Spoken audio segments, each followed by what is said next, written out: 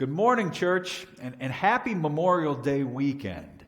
It's a weekend nationally where we remember those who gave up their lives for others. And I think that's something the church can and should really get on board with as well, because we follow one who gave up his life for others, and I'm referring to Jesus on the cross. And so both nationally and as a church family, this is a meaningful weekend for multiple reasons in that way.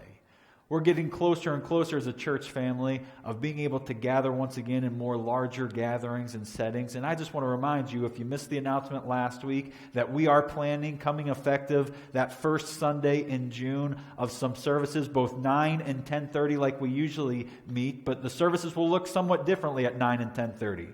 First, you're going to have to RSVP online the week leading up to that service to attend, because we're going to have some limited crowd to enhance social distancing measures and not just jamming the place full in that way. And so you'll have to access the church website, or if you feel uncomfortable with the website, to call the church office. Luann is here from 9 until 1 o'clock, and she can either walk you through the RSVP or she can RSVP for you with that service in mind. They're going to be family-style services, and so we won't be dismissing kids for nursery care or for Wiggly worship. They'll be sitting in the service together, but they'll be shortened, and they will be geared for families worshiping together with that in mind, both on 9 and 10:30. We're going to have the first test run of that service, actually the last Sunday in May 31st at 10:30 only, and that's only going to be for those in the at-risk population. So 65 on older, or those with some health vulnerabilities. You can RSVP for Sunday, May 31st,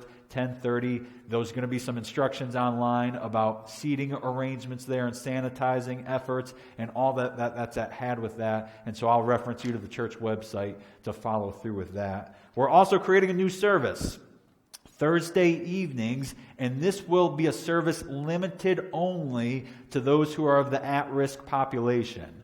And so 65 on older, health vulnerabilities, from 5 to 6:30 p.m., there's a service just for you, so that hopefully we're not surrounding ourselves with germs or workplaces or kids that won't social distance in that way. From 5 to 5:30, you've got the opportunity, if you would like, to take part in a little dinner. Just bring your sacked dinner, a brown bag dinner, and eat together. We'll be spaced out in the Wesley room, and I will lead us in some dinner time discussion together. The service will start in the sanctuary at 5:30 until 6:30. Once again, that's Thursday evenings, only for those in the at-risk age group and vulnerability that we need to be mindful of.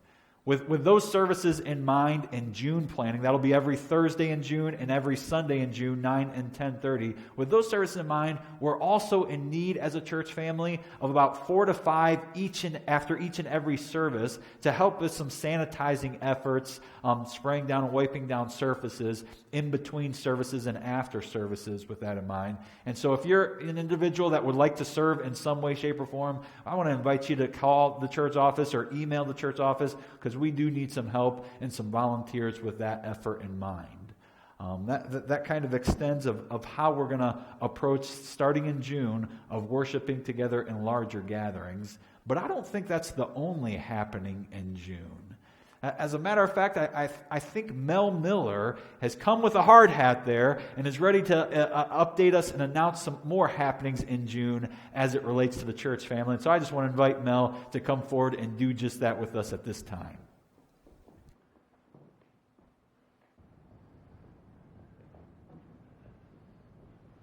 Hi, everybody. Mel Miller, giving a report from the Facilities Committee.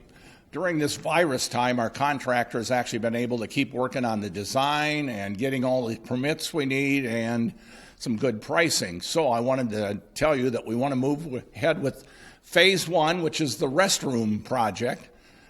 Briefly, that consists of upgrading and redecorating our existing restrooms, but also we're going to put 2 new restrooms in half of Luann's office. Now, I need your help here. Luann doesn't know about that, so let's see if we can keep a secret. That's all scheduled to start on January 8th, so you'll be able to see construction for about a month after that. If you got any questions, see me at church.